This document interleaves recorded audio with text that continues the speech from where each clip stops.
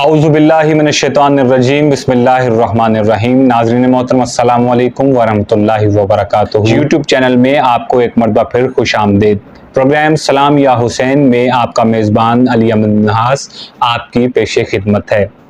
جیسا کہ پچھلے پروگرامز میں ہم نے ذکر کیا داستان کربلا کا، اور سب سے پہلے کہ امام حسین نے یزید کی بیعت سے انکار کیوں کیا، 28 رجب کو مدینہ چھوڑنے کا فیصلہ کیا، 8 ذی الحج کو مکہ چھوڑنے کا فیصلہ کیا، اور آج انشاءاللہ ہم اس سفر کا جو حصہ ہے مکہ سے کوفے کا سفر، انشاءاللہ اس پر گفتگو کریں گے۔ اللہم صلی علی سیدنا و مولانا محمد، اللہم صلی علی سیدنا۔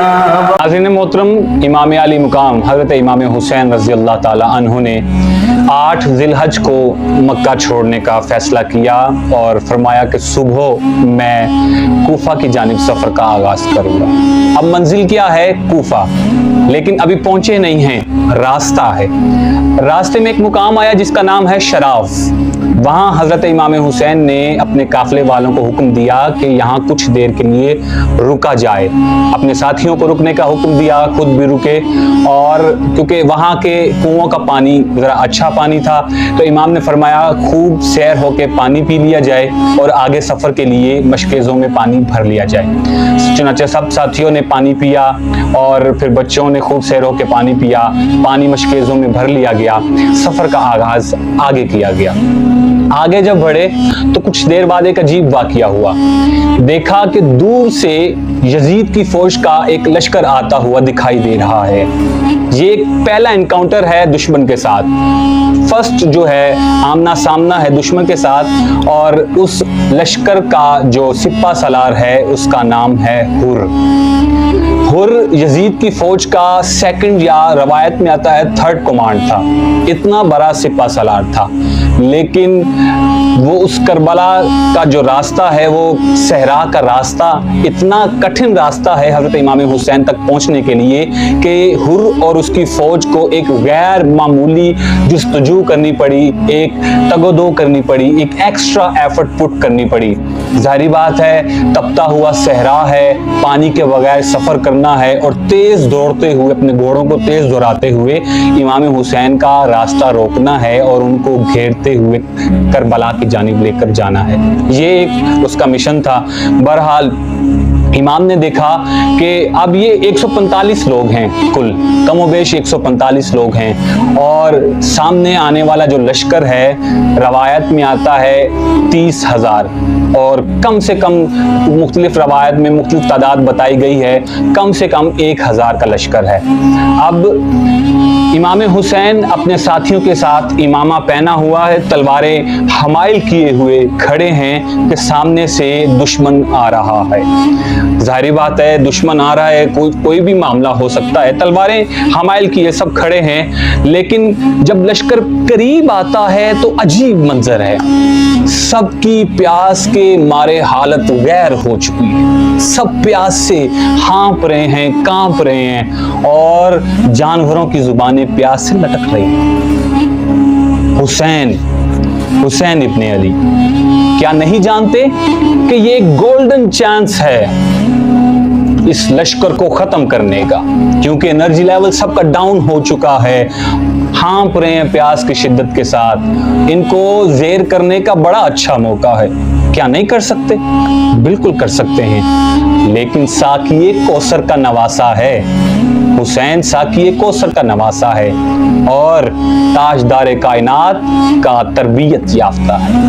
حضرت امام حسین نے حکم دیا کہ پوری فوج کو خوب پانی پلایا جائے، اور راوی نے عجیب بات لکھی ہے۔ راوی کہتا ہے امام حسین نے نہ صرف پانی پلانے کا حکم دیا اور نہ صرف لوگوں نے پانی پیا، بلکہ اتنا پانی پیا کہ پی پی کے خوب سیر ہو گئے، اور اس کے بعد جانوروں نے 2 3 4 مرتبہ جب پانی پی کے خود منہ پیچھے نہیں کر لیا، دوسرے جانور کی باری نہیں آئی۔ یہ حسین ہے، خوب پانی پلایا جا رہا ہے، پتا ہے کہ یہ بعد میں پانی پی کے توانا ہو سکتے ہیں، ایکٹیو ہو سکتے ہیں، مار سکتے ہیں، قتل کر سکتے ہیں، لیکن نہیں،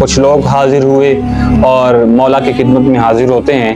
امام نے ان سے پوچھا اس جگہ کا کیا نام ہے؟ کسی نے کہا اسے نینوا کہتے ہیں، کسی نے کہا یہ اس کو غازریہ کہتے ہیں، کسی نے کہا اسے شط الفرات کہتے ہیں. ایک آواز آتی ہے اور کسی کہنے والے نے کہا حسین اسے کربلا کہتے ہیں. کربلا، بس کربلا کا نام سننا تھا. امام حسین نے فرمایا بس ہم یہی قیام کریں گے. امام حسین نے خیمے لگانے کا حکم دے دیا. 2 محرم الحرام 61 ہجری. آج یہیں تک کا سفر رکھتے ہیں انشاءاللہ. یہیں سے کل اپنی گفتگو کا آغاز کریں گے. چند اشعار سے آج کے پروگرام کو وائنڈ اپ کی جانب لے کر جاتا ہوں. شہزادگان حیدر کربلا نبھانے آئے، شہزادگان حیدر کربلا نبھانے آئے، امت کی خاطر اپنی جانیں لٹانے آئے.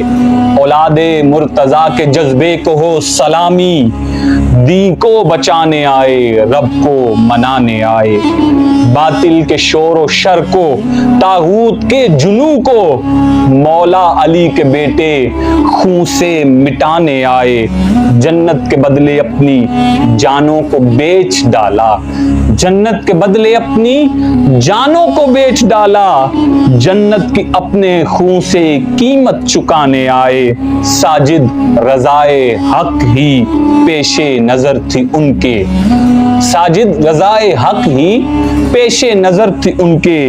حق کا علم اٹھائے باطل گرانے آئے. اپنا بہت سارا خیال رکھیے گا. السلام علیکم ورحمۃ اللہ وبرکاتہ. اللهم صل على سيدنا ومولانا